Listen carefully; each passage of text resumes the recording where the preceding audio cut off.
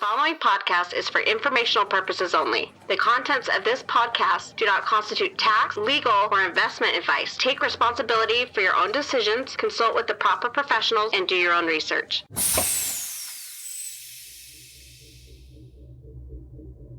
So this was kind of pretty fascinating and interesting for us. So once we went deep into the use cases, we knew that we have to run the indexer. And of course, as I said, that if we see ourselves as a reliable infrastructure provider, like this is our goal, right? To become the biggest infrastructure provider in the blockchain space, right? In a decentralized way, of course. So drafts makes a lot of sense.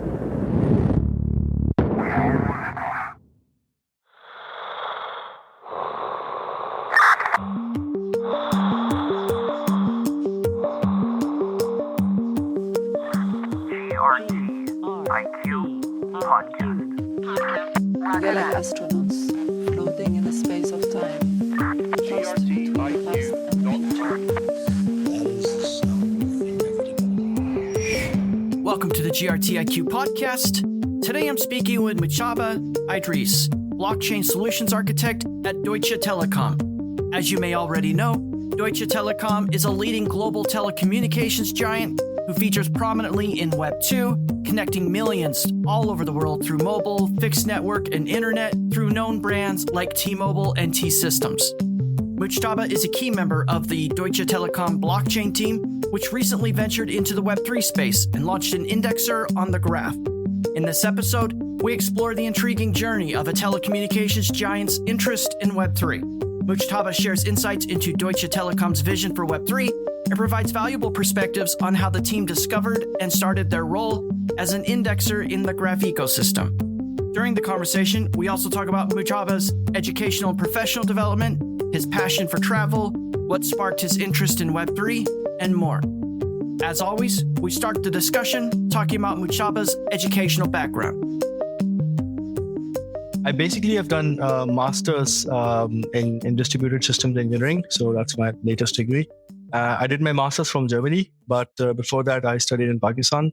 For the most part, I completed my software engineering from Pakistan.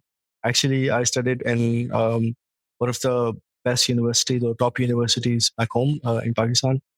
And I've always been a high achiever. So I was always a position holder during my school, my college, and all that time. Also, the university that I went to in Pakistan was also pretty accomplished. That's like you could say it's very competitive. It's really hard to get in. And the acceptance rate of this university is actually even less than MIT. So that's really a big deal because in Pakistan, actually, there's like a huge young population. So people less than 25 years of age are actually more than 60% in population. So they're like, this is like a young population. And of course, then everybody's studying and the universities are not that much. So at that point, when I was taking admission in this university, it's called NUST, by the way, National University of Science and Technology. So there were like around 60,000 applications. And I think only 1,500 or so were selected. So that was crazy. And I felt very fortunate to actually get in because everybody told me that you have to go in this university. This is the only chance that you have at life. So yeah, it was pretty intense, my education there. And also the life was not easy once I was there. So I think if I have to just say that what education experience kind of defined me as a personal or as a professional, I would say that university, those 4 years were crazy for me. Yeah. And also there was like a lot of pressure because once you get into this university doesn't get easier because the goal for this university is to prepare you for international level. And they have pretty high standards and they believe in putting a lot of pressure on you. So they kind of follow American model of education, which is very different to European style, which I came to know when I was here doing university here in Europe. So I was like, yeah, what the fuck? This is a piece of cake. So, but anyways, in Pakistan, so they put like a lot of pressure on you. So you have like 10 things going on in parallel. And it's humanly impossible to actually do everything. And I think I also adopted a coping mechanism during my studies. And my coping mechanism was that I just prioritized on one thing. I knew like right in the first semester that I cannot, score positions here. So it's not like I'm not going to be the person who scores top A's and going to graduate with the highest grade possible. But I kind of focused on technical subjects. So I realized that all this philosophical stuff or theory and requirements engineering and all that stuff is not for me. I need to probably delve into the programming. So that's what I did. I just had like lots of nighters, all night programming, completed all my assignments on time. Yeah, basically just went deep on the technical stack, and and try to establish myself as a because I was doing software engineering. So my goal was to focus on the engineering part and focus on programming. So yeah, and I think that kind of defined me and my career moving forward. What types of hobbies or personal interests did you have, especially given this environment where, as a young person studying at university, you were under a lot of pressure? It sounds like you were doing a lot of work. Did you have time for hobbies and personal interests? Back in that time, as I told you, there was just not enough time. So of course, hobbies, at least in my university life, my hobbies were kind of paused and could not really pursue a lot of stuff. Although I tried to participate in different co-curricular activities, but not too much. Before that, I had during my early age in schools and stuff, I was very much into gaming. And this is also pretty funny because, I mean, if you go a few steps back when I was a kid, my father actually bought me a personal computer when I was very young. You could say like 9 years of age or something. And I guess I was the first person in my family or in the extended family to have a personal computer. I think, I'm talking about like early 2000s or so. And I think in Pakistan, the computers were not as ubiquitous in that time. So the computers came to Pakistan a little bit late as compared to America or West. So but they were becoming more and more common in early 2000s. And then I guess somebody gave $1 million advice to my father that if you want your kid to be future proof, then buy him a computer. And my father had no idea what the fuck is this computer? I mean, he had only an idea, okay, it's good for typing. I mean, better printing as compared to a typewriter, because my father was actually working for the government. So they had he used to work with files and typewriter stuff all the time. So, but yeah, he bought me a computer. And then I had this box, this machine that is pretty interesting and a lot of things are possible, but I had no idea what to do with it. And of course, like any other kid at that age, I liked playing video games. So I just bought some Sega games, and those were the time that got me hooked into the wonders of computer. And I remember at that time, internet was also very, very, very much horrible. So I mean, we used to have a dial-up connection. So of course, there was no DSL or anything at that time.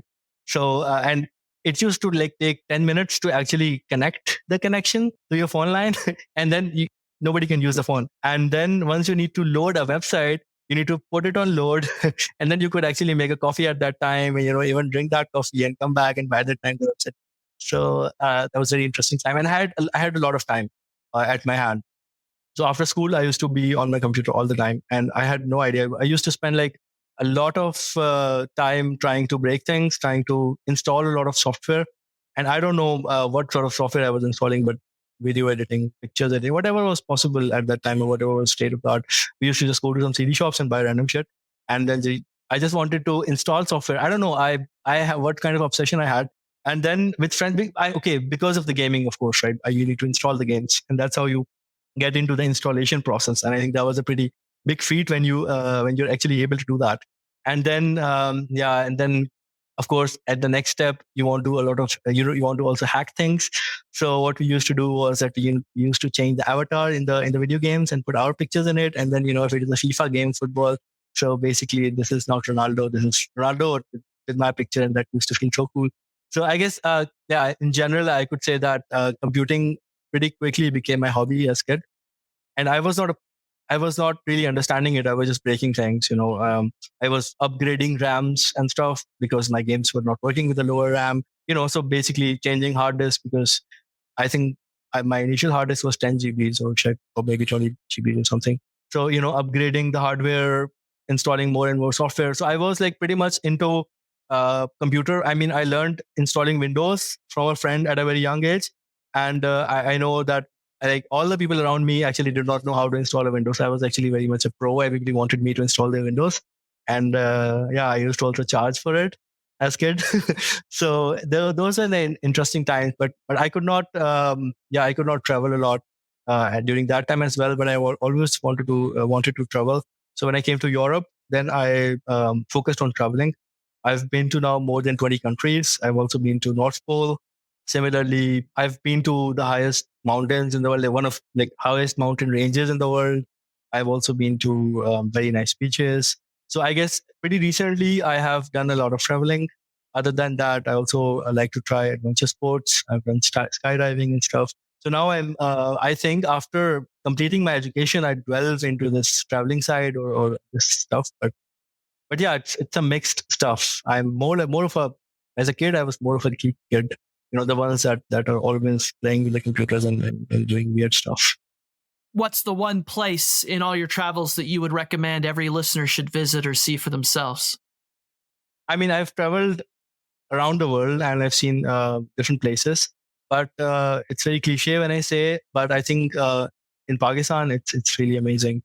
So, and I think not many people actually go to Pakistan for traveling. Maybe people think that it's not a travel destination, but maybe it is not in a classic sense, but the wilderness in Pakistan is amazing. I'm not sure if your listeners actually know, but Pakistan actually hosts one of the highest mountain range in the world. So, and the highest mountain peak, that's called K2, Karakoram 2, that's like number 2, actually not the highest, sorry. The second highest actually is in Pakistan. And they're like, I think 26 top peaks in the world are also in Pakistan. So the mountains there are amazing. There are very beautiful glaciers. And you can also take a flight that actually goes through this mountain range. And then the plane is not flying over the mountain. The plane is flying through the mountains. So it's amazing. You can actually see from the windows that this is this peak. And sometimes they're even giving you then a tour. So because this is like a specialty. So they tell you on the left side, you can see this peak, and on the right side, you can see K2, and it's amazing. And I guess because I am now in Europe, and I think the mountains here, I mean, because I'm the mountain guy, basically, I'm talking a lot of mountains. So but the peaks here are very small.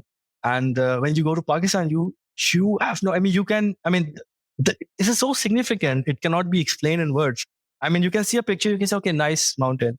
But if you go there and you will see how huge is it, and it's really starting from your foot and you are seeing all the way. And you can see a person far away, and this person looks like very small, just like a needle to you. And all of a sudden you realize he's actually standing on the same mountain as you are. It's just like miles apart, and this mountain is miles huge. And you see the other person maybe on another level of height, and that person is just like a small needle to you. So this is the significance of how big those mountains are. And I think it's amazing to be there. And also it's not as developed, and there are not many tourists. So you can really go there, get lost. And normally the telephone service is also pretty bad. So these are kind of some advantages of now not having good technology. So you can really be at peace with yourself and do not have a lot of distractions. The food there is also good. So, I mean, if you can go, I think you should just at least go to mountains in Pakistan. And I know many pros actually do it. So the mountaineers, they do it. And but if you're a beach person, then I would say, I've been to some interesting beaches in Malaysia. So those are nice. Or Indonesia, they're very nice. They also have these, I'm not sure how is it called, psychoplantains or something. This is something like they lit up water at night. So I forgot the name, but the water kind of glows. So if you go there at night, it's in Indonesia. You can basically just touch the water or splash into it, and the water they produce light. So there's like a bacteria in the water in those beaches, and this bacteria when you touch it and the water moves, it produces light, and you can see it in the dark, not in the day. So it's amazing. You can have like a barbecue session there, and and then you can just go into the water, play with it, and it's amazing because the water around you is lighting up. So it's amazing experience. So I think it's called Raja Ampat Island in Indonesia. So those are also amazing stuff. Yes, and of course North Pole was really crazy. If you get a chance, I could not see Aurora Borealis when I was there, so I really wanted to see the Northern Lights. But maybe that is why I will probably go there again. But it's also amazing. So I would say these three things one should do these three things in their lives. The GRTiQ podcast is made possible by a generous grant from the Graph Foundation. The Graph Grants program provides support for protocol infrastructure, tooling, dApps, subgraphs, and community building efforts. Learn more at thegraph.foundation. That's thegraph.foundation.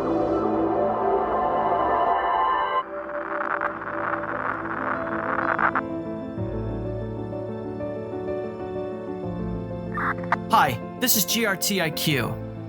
As we near the end of 2023, I just wanted to take a moment and say thank you for supporting this podcast.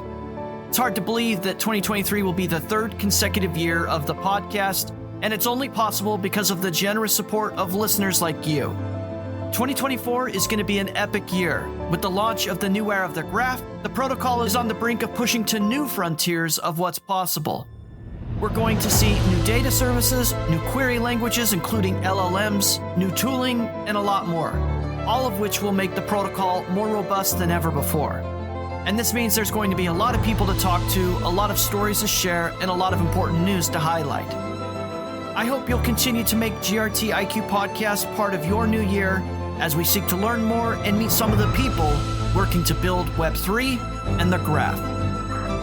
Roger that.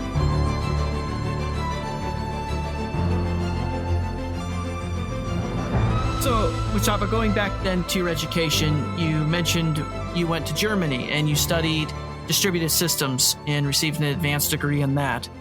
Talk to us about the backstory there. Why did you choose to pursue an education in Germany, and what was the vision there? Why did you want to pursue distributed systems? It's an interesting question, actually. When I completed my bachelor's degree in back in 2015 in Pakistan, I had no plans of doing masters, actually. So I wanted to just see how the software is being built in the industry. And I quickly transitioned into an industrial job, actually, in Pakistan. So I joined a telco, so a telecom company in Pakistan as well. So I'm actually from Deutsche Telekom now. I was also working in a telecom organization in Pakistan. It was an internet service provider, and I was in their software department, you could say. So I was building tools for them to make the service possible. And it was great. Everything was fine. I was very closely working with the cloud infrastructure. So they had a big cloud. They had a NOC. Also, they had a physical bare metal servers. They used to manage themselves. I was not on the cloud team, but of course, I was building, so deploying my services on the cloud, you could say. So building and deploying. So more like a DevOps approach. It was not pretty common at that time as a DevOps term, but still we had this kind of DevOps approach over there. And one day I was actually, even before that, I got a little bit exposed to blockchain. So during my university, so there was a person, like a very old person. He's like one of the pioneers of internet in HTML standard. I think he had some contribution over there. He's called Bebo White. So he actually visited our university and he gave a very inspirational talk on internet and HTML and stuff, how the technology is impacting lives. And he also talked about blockchain, and that was back in 2015 or 16. And he went into a great deal about the blockchain technology and Bitcoin and decentralization and financial economy, and that kind of fascinated me. And normally I was like a geek sort of person, and like I told you, I used to prioritize my time in technical stuff. So I was probably one of the few persons sitting in that room listening to that talk, because other guys are busy with all the other cool stuff. I was the boring one listening to these talks. So but that was a very inspirational introduction for me for the blockchain. So then, of course, the next thing I wanted to do was to learn more about the technology. And at that point, there was no Web3 education or something. So you could just buy some book. And I think I also bought, I did not buy a book, but I got one book from one teacher on Bitcoin. And then in parallel, I started doing my research how to buy a Bitcoin. And at that point, if I'm not wrong, it was around $250 or something on Bitcoin. And I even had that kind of money, but I had that much money as a student. I wanted to buy, but there was no way to buy cryptocurrency in Pakistan at that time. So I kind of missed it. But soon there was no infrastructure around in Pakistan. to do anything in Web3 at that time or buy crypto, or there were no companies who were working with blockchain and stuff. So for me, it was just like a research topic, a very interesting, cool, futuristic topic. Just like right now, you could say a space travel. So a topic that makes you curious, but it's probably not practical or something. So I then moved to this boring IT job, and then one day somebody told me that it's like 2017 actually. The bubble of 2017 was starting at that time, and somebody told me that crypto prices are going through the roof, and Bitcoin is, I don't know how much, but it was pretty insane. I think it cost 1,000 or 2,000. And I was like jumping off my seat. What the fuck? I wanted to buy this shit at 250. But then I focused on Ethereum. And by that time, I already had done some research on Ethereum. But on Ethereum, it was still under control. I think 225 or 80, something like this. But pretty soon it also jumped. So things were getting out of hand. And I had so much FOMO, and I could not buy it from anywhere around. I mean, there were some illegal, shady ways to buy it. Like, for example, you could contact somebody in America and just send them money via bank transfer. So, and stuff. And probably, if you're lucky, they will send some things to you in your wallet. But the exchanges were not open to Pakistanis. So I could not just do a KYC and just buy it. So this was like a huge cold start problem for me to actually buy crypto or maybe do something about it. So, and I was also seeing it from the technology perspective. So I due to the FOMO, and I also, because I was generally interested in the tech, I just learned Solidity. And what I did was that I started doing freelancing in the crypto space, because I think this is something that will be much more relevant. I mean, at that point, I thought that would be much more relevant in the future and would be very interesting. So it will grow, because I had seen the growth of the cryptocurrency. And of course, I was sitting in the bubble at that time. So, but I was not mature enough to understand the difference between a bubble and the bear market. At that point, for me, it was like, okay, it's growing, it will always grow. And I cannot buy, or maybe I cannot be a trader or an investor, but I can actually be a technological person. I mean, this is the moat that we have, right? This is the strength that I have as a developer. I can just develop in that field, and I can actually build stuff here. So that's what I did. So I learned Solidity, and at that point it was all about ICOs and creating ERC20 tokens. And I figured out how to do it. It took me a while to actually figure everything out. To create an ERC20 token, or to program an ICO and different vesting cycles and stuff in a smart contract. And once I was able to do it, I realized that this sells pretty easily. So everybody wants an ICO, which is actually not very different from each other. And everybody wants an ERC20 token. That's basically the same thing. You just need to change some variables and the token symbol and the total supply, and that's it. So and I was doing the freelancing, and I was asking, $100, $200 per ERC20 contract, which I was able to change in 10 minutes. So on one weekend, I was maybe writing 10 contracts and earning $1,000. So that was like a peak for me, because I was thinking I'm kind of spending money, and through the air. It was interesting time. I think from 2017 to 2018, I actually continued it. And then slowly the demand started diminishing, because the bull was over. And also during this time, I realized that I had this kind of feeling of an imposter syndrome. That, okay, I'm acting as a blockchain professional, and I can do stuff. I mean, this is not bullshit. I'm actually building ICOs and ERC20s, but actually I don't really know what is happening behind, how this is just being deployed and who is running it, and what's actually happening. I mean, I know theoretically there are some miners doing some mining, but the whole, and also the topics became more and more complicated. Like, this is always with the bear market, right? In the bull market, it's all about very fancy stuff, which can be easily done, and everybody wants a quick win. But when the bear market comes in, then people have more and more complicated ideas. They want to all of a sudden build a zk solution or roll up, or they want to, and they're crazy enough to come to freelancers to build that. But people just want to do some research on these things, right? And people were coming to us to create exchange platforms now, and also swaps. And pretty soon I realized that, okay, I should probably read more into it, and I should actually learn it in a deeper way. And at that time, I basically saw, okay, what are my options? Where can I learn more about blockchain technology? Like, really understand it in a deeper way, not only as somebody who can just program stuff, in crypto. So I think at that point, I mean, at some point, a certain level of maturity kind of hits you, and that kind of hit me in 2018. And realized that I don't have enough money to actually pay for masters in USA or somewhere else, and scholarship was also pretty complicated at that time. I didn't have enough time. I wanted to be very quick, and scholarship processes are way too long. Yeah, and I was also not focusing on a research area or research topic. I wanted to be a very specific program, blockchain specific program, because I was pretty much hooked at that time that this is going to be my future. I want to stay in this field. So I was fortunate enough to find this program in Germany. It's called Distributed Systems Engineering. This was the closest to blockchain program that I could get in 2018. Now there are many blockchain specific programs. I think Web3 education has also taken off pretty well now. But at that point, so distributed systems engineering is more about infrastructure, right? And how the stuff is being managed in the cloud. And for me, this was the exact thing I was lacking, that how the blockchain infrastructure actually works.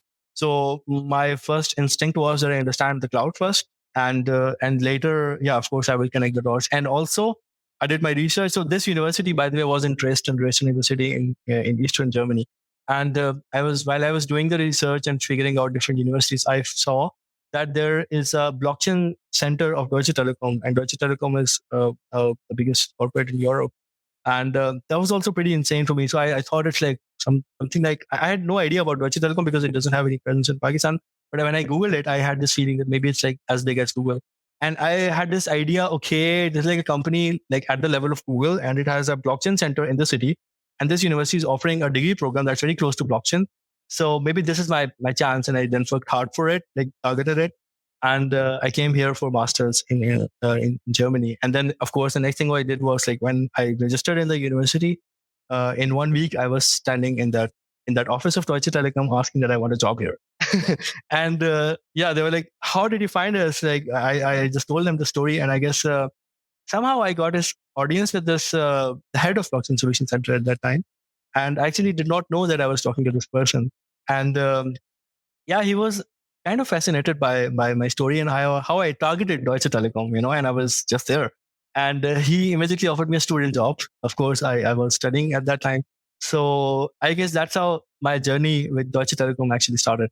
And then, of course, and by the way, they were also at a very early stage of this unit. So the blockchain unit at Deutsche Telekom was also started in 2017, actually. So there was just 1 year old, very young department. And and they just took me in and a few people as working students that year. And and then I started studying and working on the blockchain topics there. Yeah, in parallel. So in Germany, you can work for 20 hours a week, and then the rest of the 20 hours you can do some internship or some work. So I was doing a student job there. So that's pretty much it. That's how I kind of entered to the blockchain, and also how I did this master's program and I got into Deutsche Telekom. So one thing that listeners are going to find interesting about your story is the amount of effort and drive you had into, first of all, studying at your home in Pakistan. You clearly did very well. It's very competitive there. But then, you went to Germany, told your story, got in front of the right people, and started studying there. What's driving you? Like, why not just stay home in Pakistan and work for a local telecom company until you can retire? Why take all this risk and move around the world and pursue a profession in emerging technology like blockchain and Web3? That's an interesting question. I didn't really think about the why as much personally, but I think that's something that's coming from my parents. So I guess they always try to instill this curiosity in me, and also they always told me to reach to my full potential. And also, it's not like I'm saying that I am very intelligent or I can do a lot of. No, I'm not saying this. The only thing is that I want to. If I have my eyes set on something, if I want it, if I'm curious about something, I just want it. I want to do it somehow. And my way probably, I don't think I choose the best way possible, but I just tried too hard, I would say. That's the way I try to do stuff. And other than that, I think growing up, I always wanted to change things around me because I'm from a third world country, right? So in Pakistan, things are not great. I mean, I don't come from a very rich family. It's we are from a middle class family, or you could say lower middle class or so. So of course uh, I wanted to make it big. Like I had dreams growing up. I also wanted to change life for people around me. And so I think the thing that keeps on driving me still is that there is a lot of value that we can provide to the society around, and even I can still provide to the society around me, especially in Pakistan. And for this, I need to do something big, And if I just stay in Pakistan and do my job, probably I cannot. So I can just make my life probably better or just simpler, but I cannot probably scale it, And I want somehow to scale it. And I don't know if there's a deeper meaning to life or not, but my idea is always to, uplift as much as people around me, to do something, maybe start a company. So, I mean, deep down, I always wanted to start a company. I think it's also my university, by the way. As I told you, university back in Pakistan, they kind of instill this thing in you that you have to be larger than life, and the life is very big. So if you just focus on tiny things that only impact you, then you're just going to be doing something because you guys are intelligent and we are kind of filtering, the cream from Pakistan. That's how they used to call it. Of course, from 60,000 people per year, if they're taking 1,000, 1,500 people, of course, there's a high chance that these people will probably, I mean, of course, the companies will also pick us because they like a certain brand that is now attached to us, right? But this also puts you in a place of a responsibility where you have to, provide jobs to other 59,000 people. They also are, of course, they're learning something. They're going to different universities and stuff. But the kind of opportunities that we are open to, my university has a good reputation, so we get easily access to Fulbright scholarship programs, or the universities are well connected to this university. So when I go apply somewhere, even internationally, that I am coming from this big university, this just like MIT, this has that kind of effect, right, in USA. So of course, I am taken seriously, but then this is kind of also my responsibility to do something, and also increase and try to play my role to improve the bigger ecosystem, also in Pakistan, or in generally do something that's larger than life, that is at least larger than me. And I think that thing kind of instilled a lot of drive in me, and they instilled a lot of grit in me. And their method was to just dump in huge stuff at you. It's like, as I told you, it was impossible, humanly impossible to do those kinds of assignments. And they had like so many random quizzes, random exams. The amount of subjects that we were studying at one time, like around 10 subjects in one semester. It's crazy. And all these things are new. So at one side, you're studying advanced calculus, and then advanced physics, and then advanced programming, and then advanced electronics. And the kind of context switching that you're doing in a day, it's crazy. So then they kind of put you in this perspective that you pick and choose what you do, and then you become a survivor, and of course it breaks a lot of people. I'm not endorsing this behavior that they had. It was not ideal. They I know many colleagues, they got a lot of depression, and they also had it kind of triggered their mental health issues, or maybe just triggered all these deep down things that they had. So I'm not really supporter of that anyway, but well, as the saying goes, like, what doesn't kill you makes you kind of stronger. I think for me, I was quickly able to just adapt to that kind of lifestyle. And because of this adaptation, I just learned to pick and choose. And also it instilled this drive in me that I have to do something. Yeah. And that's why I think now I don't want to stop. I never thought I will go to this university, as when I was in my college. And I was there, it was like a surprise to me. And when I was there, I realized, okay, there are so many intelligent people around me. I'm not going to survive. Then I survived. And after that, I survived. All my peers are, achieving a lot. Nobody was sitting in Pakistan and doing like a corporate job in Pakistan or so. They were like doing great stuff. Some people even started their startups right out of university. Some people were actually went to MIT and Stanford and stuff. So there was a lot of FOMO. I also wanted to do something. And now I'm here in Germany. And once you do the migration, you have done a lot of hard work, right, to be integrated into a different society. Of course, for better opportunities. And for me, the opportunities are not only financial, also the access to the technology market that they have here, the ecosystem that's there, the kind of, the growth that you have here. So, of course, after this, and of course, you have to learn a language. So when I came to Germany, I also learned German to some extent. So after this, then you are addicted to it.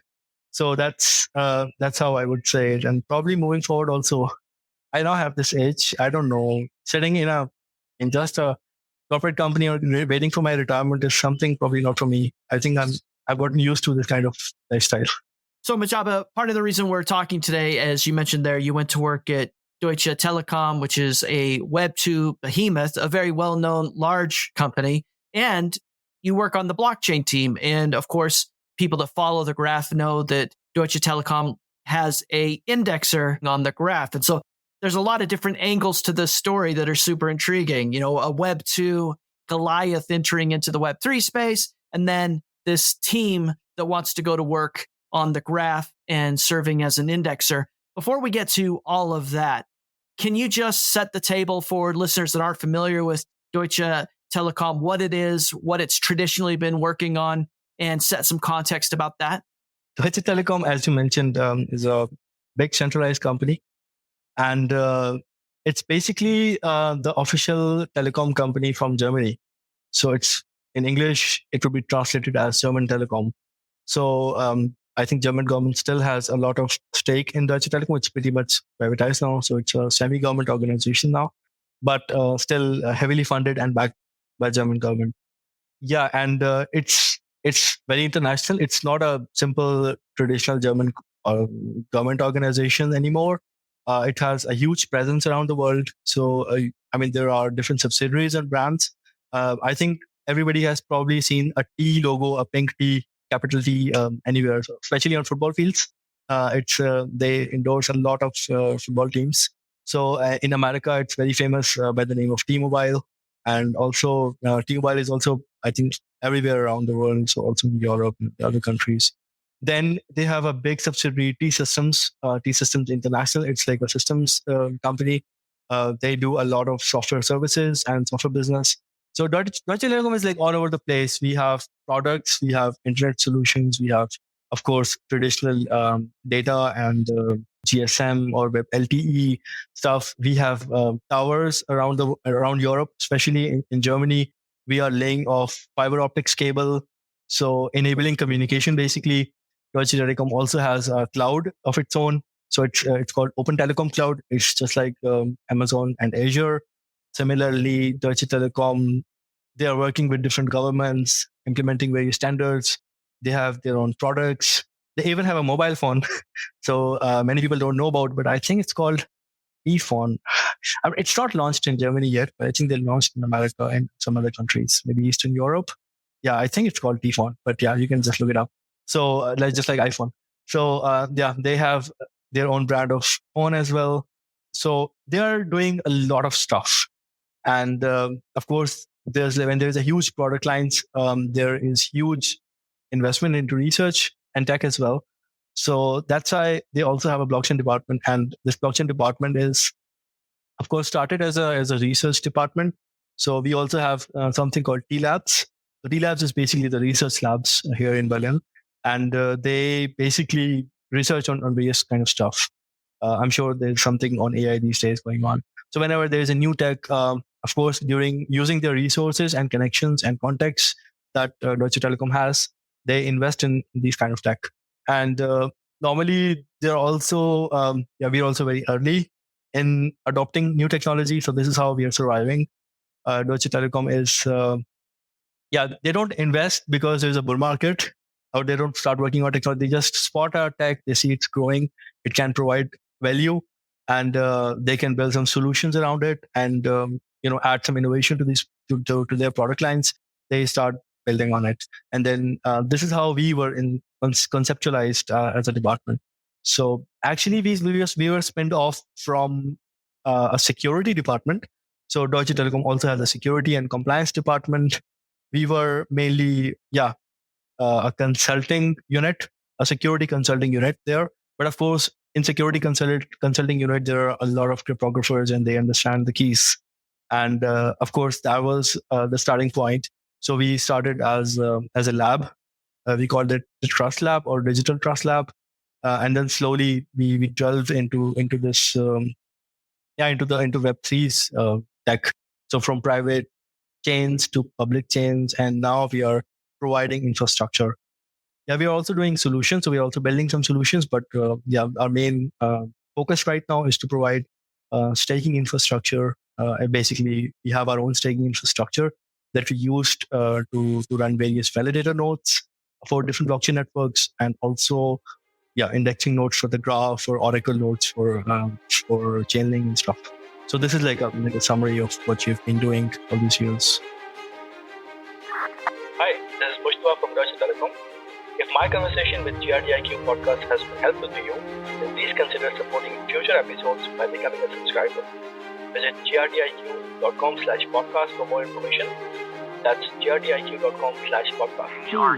GRTiQ podcast. Thank you for listening. Roger that. What's the backstory then for how you and the team got interested in the graph and went to work starting an indexer? Yeah, I think the backstory is basically how we went into actually infrastructure first, or Web3 infrastructure, because graph is just an extension of our Web3 infrastructure strategy that we have since many years actually. So I think, like I told you, initially we were just exploring stuff in Web3, and we were seeing that how we can become part of the whole Web3 ecosystem.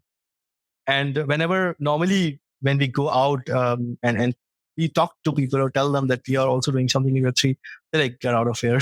You are the big centralized corporate. What the hell are you doing in a decentralized ecosystem? And we also face a lot of resistance sometimes from different communities and stuff, because they thought that we are also trying to now, like, this is a general thing, right? The Web2 companies kind of take over a lot of stuff.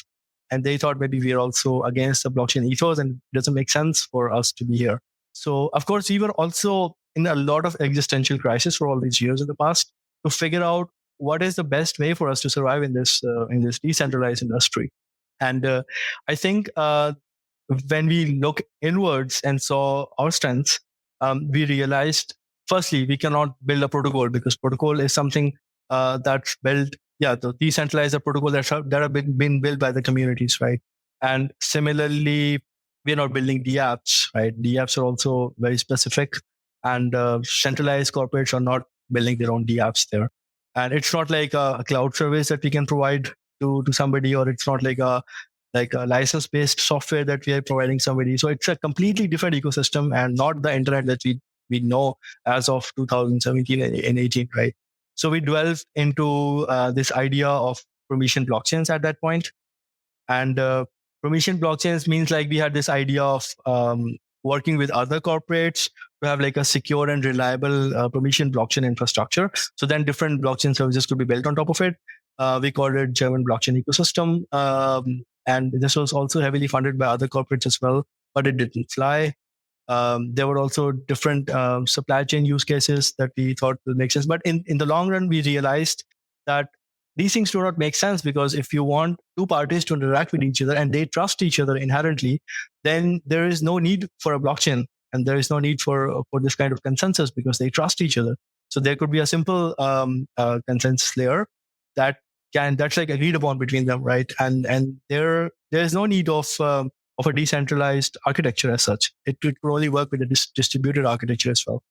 So then we kind of pivoted a little bit and figured out that our core strength is our cloud network, and the ability that we can provide infrastructure.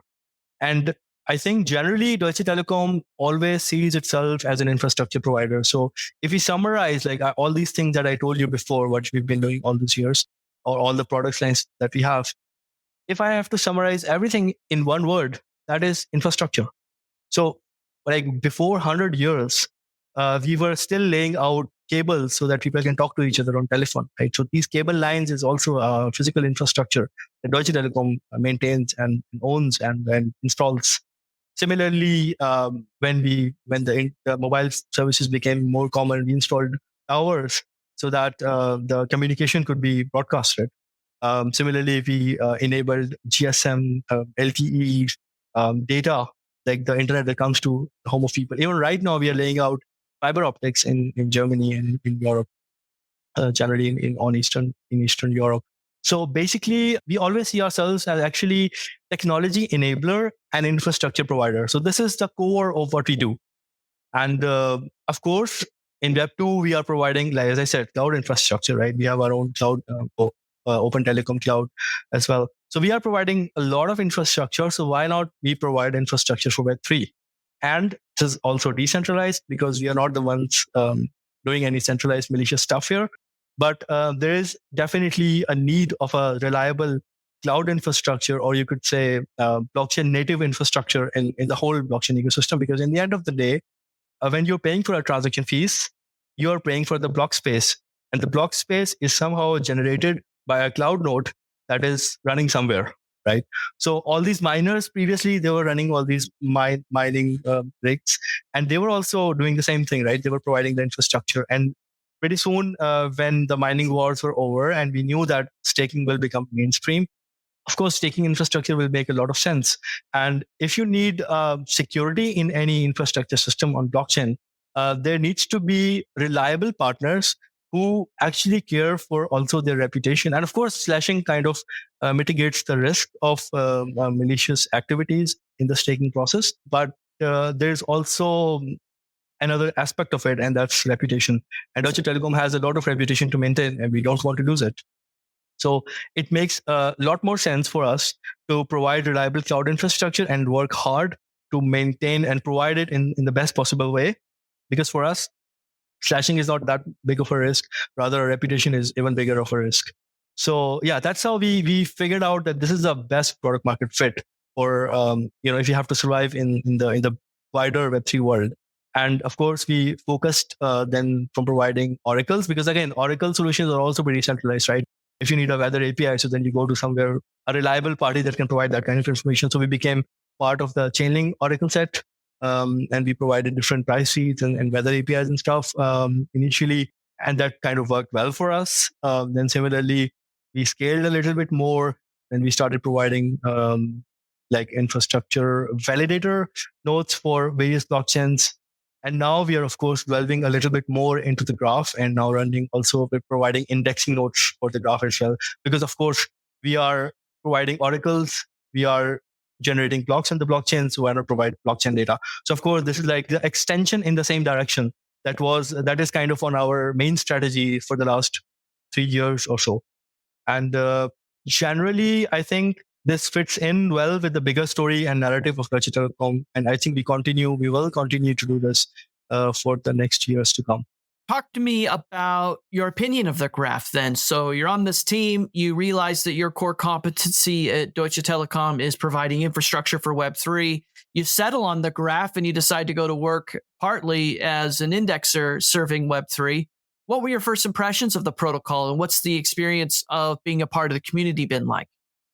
Before I go into the graph, I think I'll just start from a funny story. So when we started the blockchain department, we, of course, I'm talking about 2017 or 18. Okay, now this is a cool story. We need to sell it somehow. We went to our corporate customers and told them, do you need some blockchain? And we can provide a blockchain service. And the customer asked, okay, is there an API for this? We need a blockchain API. And of course, we explained to them that this is not how it works. You cannot get an API for the blockchain. Then it will become a centralized, because then we will be providing you the data, right? There is no decentralized way to provide that kind of data. And it's not like an API, you can make a get set call. You need to do it from your own wallet and stuff. So, but we always used to get that query of providing the API and stuff. But we used to laugh it off actually at that time. And then in 2021, we saw a huge, some API providers popping up, right? Morales and Immutable X, and they were actually providing these API layers. And we were like, what the fuck? Now there are some things that are providing API on top of blockchain. So but I think the need for blockchain data was always there, and we were experiencing it in one way or another. We also explored it a little bit, and along the same time, we also got introduced to the graph. And I guess once we saw the graph, we were pretty fascinated by it, because we realized that, okay, that's the right way to provide blockchain data, right? Also, structured blockchain data for various use cases. So you can structure the data according to the use case that you have, and then provide like it use it for analytics, let's say, and run these kind of GraphQL functions or aggregation functions on top of it. So this makes a lot of sense, and especially when we now have off-chain integration in the blockchain smart contracts as well. For example, IPFS data is also there now. So like thinking about a simple NFT use case, when there's also image and a lot of metadata that is coming from IPFS or some cloud centralized sources, then there's always a chance of rug pulling as well. So you can also write smart subgraphs that kind of integrate that data, the metadata from the IPFS as well, and then you can structure it and index it in a way that it is always available even if you're rug pulled. So this was kind of pretty fascinating and interesting for us. So once we went deep into the use cases, we knew that we have to run the indexer. And of course, as I said, that if we see ourselves as a reliable infrastructure provider, like this is our goal, right? To become the biggest infrastructure provider in the blockchain space, right? In a decentralized way, of course. So Graphs makes a lot of sense. We are trying to diversify in various sorts of infrastructure. So for example, right now it is Oracle or validation or indexing. In future, it could be rollups or it could be something else like peer-to-peer communication, like wallet-to-wallet communication nodes or whatever. But generally, there are like different sorts of infrastructure out there. And of course, Graph is a unique protocol in that sense. And I think one of the biggest one when it comes to data, like providing data. So we have to be there. Like this was our initial idea that we have to be there. And this year, we actually made it like our main focus. We're also, of course, focusing on other things, but the Graph was, of course, definitely on our strategy and is still on our strategy. And we also believe that there is a lot of Web2 data that can come on the Graph. So there is, now when we talk about, I was also talking to some guys from Edge and Node about this as well, that when we say that we need to index Web3 data, why not index Web2 data? When you say you have to become Google of blockchain, why don't become Google, like decentralized Google of also Web2 data, right? So there is like a huge potential that we see. And at this point, I don't think it's only about providing blockchain data in an effective or efficient way. I think it's more about, this is like a very nice data infrastructure that's there. You can provide structured data in different use cases. So I think this is, and this protocol could scale. And I think it's generally, it's about time that we scale the decentralized protocols also to the Web2 world, because the data is the king here, right? There are, in Web2 world, for example, there are thousands or in huge use cases of data analytics and stuff. So of course, we need to think about data infrastructure generally in a decentralized way as well. So maybe next would also be Web2 data on the Graphs. But this is more like a philosophical discussion that I've been having with the Edge and Node guys off and on. They call this Web2 vampire attack.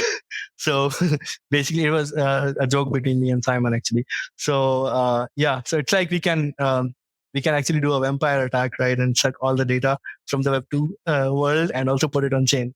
And I think the tokenomics is also great for the Graph, because I think the amount of fees that we pay in order to consume data from other APIs, GRT is also, of course, it's sponsored by the protocol itself, but also in the long run, it will not be that expensive. So the Q rates will also remain low. And of course, if the tokenomic makes sense, I guess this is the way to go. And I personally think Graph is and will be much, much, much more relevant in the coming days, especially with AI now.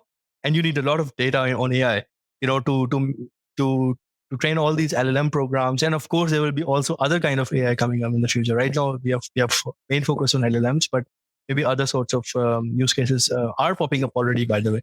So, of course, this data will become like more and more relevant, especially with Web2 systems now trying to block data. I mean, maybe you've noticed all these Web2 systems have now introduced paywalls around the data. Like Medium has introduced a paywall. Twitter is also making these Twitter APIs more and more inaccessible and stuff. So I think it makes more sense that the Graph is providing the data in a most efficient way. And especially with blockchain data is already open source. The only thing we can do is to structure it, and so that somebody can make sense of it, or whoever wants, they can make sense of this data. And I think this will be relevant in the next years to come. And we are personally very excited about the Graph and excited about the fact that we are able to run index nodes on the Graph network as well. You were recently at Datapalooza in Turkey during DevConnect. That was obviously a very big event for Web3 data. that was sponsored and conducted by members of the graph community. What was it like at Datapalooza for anybody that has FOMO, wasn't able to attend? What did you learn there about the future of the graph? I think the new era of graph is pretty exciting, right? All these discussions, I kind of gave you already a teaser about the discussions that I've been having and also the future of graph. I think this looks amazing. If you're having FOMO, I would say keep having FOMO because you actually missed out on a lot of good stuff. But I guess, next time, maybe the graph birthday is coming along, right? So maybe try to be there. So, but generally, I guess it was a very nice event. Also, Vitalik was also there. So, I mean, this is also interesting now that graph is getting a lot of interest from the wider Ethereum community. And I think this is, the event was very well. For us, it was a lot of business development, a lot of interesting conversations around the graph. I also, basically, I'm also working on a side project right now. So there were very interesting discussions about, because this also deals with the Web2 data and integration of Web2 data into Web3 data. I think this is like lots of people are now talking about it, especially in context of new era of the graph. So I think the roadmap is very well structured for the future. Well, Mujtaba, now we've reached a point in the podcast where I'm going to ask you the GRTiQ 10. These are 10 questions I ask each guest of the podcast every week in hopes of listeners getting to learn a little bit more about the guests, get to know them on the personal level, but also to help listeners learn something new, try something different, or achieve more with their own life. So are you ready for the GRTiQ 10? Yep. The GRTiQ 10. This is the way. 10 questions for astronauts floating in space. What book or article has had the most impact on your life? There are actually two. So I think Rich Dad Poor Dad is something that's a very cliche. Many people are talking about it now, which is good because it gives you a lot of perspective. And I think if you have not explored it, you should. And the concept there are great. So I would say hands down Rich Dad Poor Dad. And other than that, a very interesting thing that I recently come across was manager schedule, maker schedule. This was actually a blog post, but you can also Google it. Like many people are now talking about it. So that concept is something that has really touched me to the core, because I think many people have thought about it or experienced this in their life. In this blog post or if you just Google it, they just wrote it in the most effective way possible. So basically, a manager schedule during the day is, 30 minutes meeting, then 5 minutes break, 30 minutes break, and then another meeting. And this is like some sort of a schedule that a manager has during their office hours. It's like a lot of distractions, a lot of small work, and then so basically a meeting, then some 2 hours of work, 1 hour of work, and then another meeting. So this is kind of a schedule that a manager has. And on the other hand, a maker schedule is something that at least like ideal schedules for a maker would be that they need a block of time to do something. Like as a developer, I need because it doesn't help if I'm in a meeting and then I can go 1 hour code and then go in another meeting. This is something that's very unproductive for an engineer, let's say, or for a developer, or maybe for that matter, anybody who's making something. So maybe a writer, let's say, you cannot get that kind of momentum. When you are doing something, you need a certain block of time. So maker schedule is very different than manager schedule. And if you are working in any sort of managerial role, or if you are doing your startup, or if you're working with other people, you need to see what sort of schedule that they are comfortable with, or what sort of schedule kind of fits them. And then we need to design the schedule, like even during the team, even if when I'm working as an engineering manager, I need to see which roles people fit in and how they are most productive. Because in the end of the day, if you get it all wrong, then you are making all your team and everybody around and yourself, most importantly, unproductive. So I think this is a biggest life hack. If you understand, maybe you could divide some hours where you're working at a manager schedule. So for example, what I do right now is like first half of my day is on manager schedule. I try to schedule all my calls during the daytime, like before lunch. And then after that, I am on a fully maker schedule and I don't accept any meetings or stuff. So I think this is a really great time hack, and it kind of changed my life. So as a professional, I think just go read these manager schedule, maker schedule, just try to understand the concept behind it and try to then differentiate how you can structure your time based on these concepts. And of course, you can then put your work in these kind of schedules. So this is the work for a manager schedule, or this is the work for the maker schedule, and then you can really hack your time actually. So this is something that's really have an impact on me these days. So I think these two recommendations from my side. Is there a movie or a TV show that you would recommend everybody should watch? That's a good one. I think I personally like Shawshank Redemption a lot, and it also shows like persistence and grit. So the way you can pull off impossible like stuff, that's crazy there. And I think that also impacted me growing up when I watched that movie. So I think there are a lot of huge life lessons over there. And if you're doing a startup, and if you need to know how not to do a startup, I think you should just watch a season that recently came on Apple. It's called We Crashed. It's on basically WeWork and how it crashed. So I think this is interesting. I mean, if you are into startups and stuff, so for people like us who are techies and who are trying to explore stuff, there are a lot of learnings over there. And how about this one? If you could only listen to one music album for the rest of your life, which one would you choose? Yeah, this is very specific. I am from Pakistan, and we have a different culture as compared to mostly the West world. So I'm a sucker for Indian music. So Indian classic music is really, really soothing for me. I think also if other guys hear it's very peaceful. And I would always listen to that kind of music. But that's what I do. I mean, during my free time, that's what I would like to do. What's the best advice someone's ever given to you? I think follow your heart. So that's as simple as that. Do not chase money. Do not chase a lot of things that are beyond your control. You cannot control everything, right, in your life. And also you cannot control the results, whatever you're doing. Yeah, what a person can do is only try, and then you can just leave it to the nature or God, or if you believe in some sort of higher power. Because in the end of the day, there are a lot of variables that we cannot control in the nature. I mean, you are here in this world also after a lot of random chances, and we are here talking to this moment in time. They're a result of million impossible overlapped chances that led to this moment here. So I think, in general, life is just a collection of different chances, right? So I guess we can try for something, but we cannot control anything.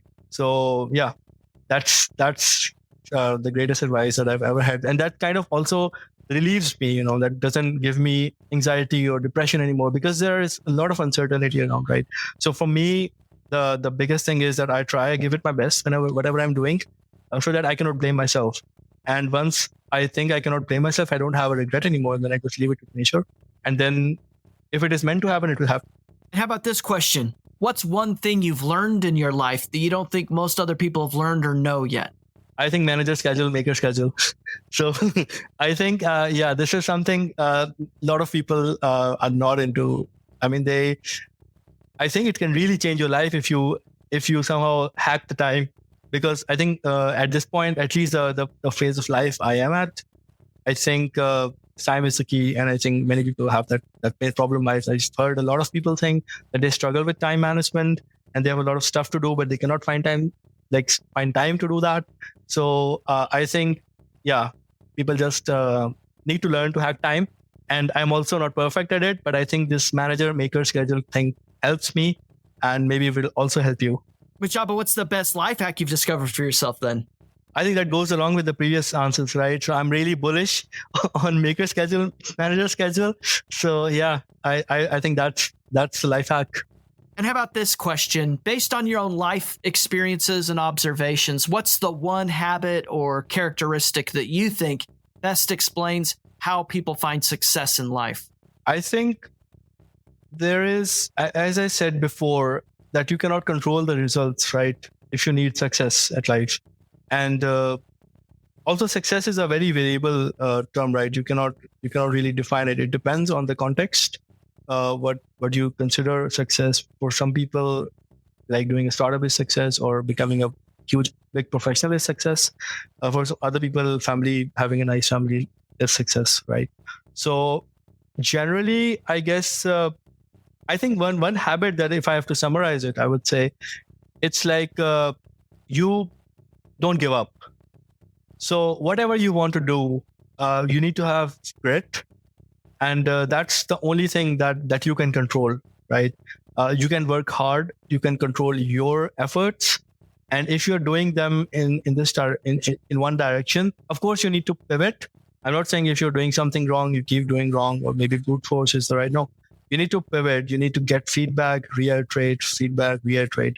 So I think nothing in the life is not achievable if you keep pivoting and trying to find the right way. So you need to have a big audacious goal, of course, what you want to do in the life, what you want to achieve, and then you need to find a way to do it. And you think one way is possible. Of course, and the pain need to be big enough, right?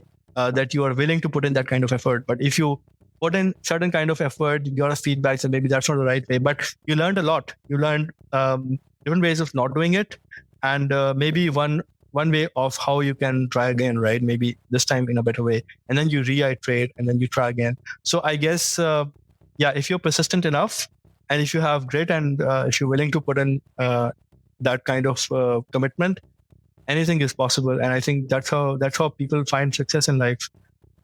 Yeah, if you see the examples of people who have made it big in life, I think it's filled with a lot of failures and a lot of retries. Every time with a new approach, and pivoting is very important in life. So you need to restructure and re-strategize. This is what also we did in Deutsche Telekom, by the way. So initially, we started off as a blockchain consulting unit, and later we delved into the permissions blockchain setup, right? But then we realized that's not the way. Then we're now going to we also did some blockchain development along the way. Then we strategized to our core infrastructure solution. And then we are also changing our approach, like adapting to the new protocols, for example, the graphs. I guess this is probably, you can also find examples in your own life.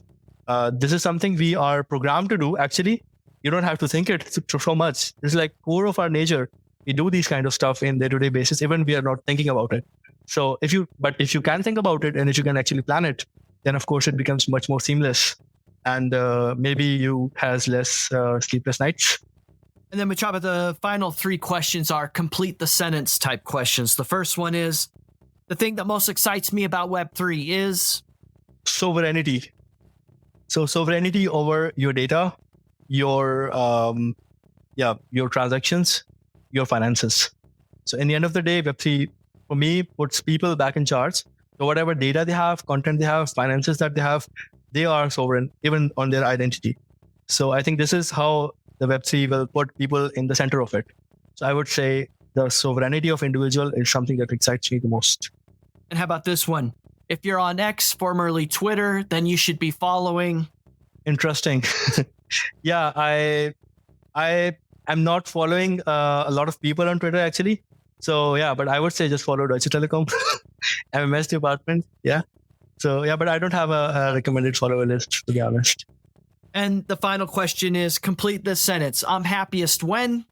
I'm happiest when I get freedom to take decisions, and I've given a goal to work for, and then I just do it. I have to find a way. I'm the guy that likes to build solutions. So I'm happiest when I can find solutions to the problems. And that's my dream life, finding solutions. The GRTiQ 10. And I show you how deep the Podcast. Mujtaba, thank you so much for joining the GRTiQ podcast and introducing listeners not only to yourself, but to Deutsche Telekom and some of the things that you're working on there as an indexer at the graph and exploring infrastructure in Web3. If listeners want to stay in touch with you, follow some of the work that you're working on, and make contact with your indexer team and learn more about what you're working on, what's the best way for them to stay in touch? We have our Twitter channel, Deutsche Telekom Blockchain. You can just search it. I will also share the links with you. Maybe you can put it in the podcast later on. But you can follow us on Twitter, Deutsche Telekom Blockchain Unit. You can also follow me on Twitter. I will also share the links with you later on. And of course, LinkedIn. So you can just follow us on the various social media platforms. And you can also try to chase us in different conferences, because we are going a lot out there in the public these days. So you can find somebody from Deutsche Telekom on various conferences, I guess. Thank you. It was great for being here. This has been a production of the GRTiQ podcast. For more information, including detailed show notes, visit grtiq.com/podcast. That's grtiq.com/podcast. Please consider contributing to this project and helping build the community by subscribing and leaving a review. GRTiQ Podcast.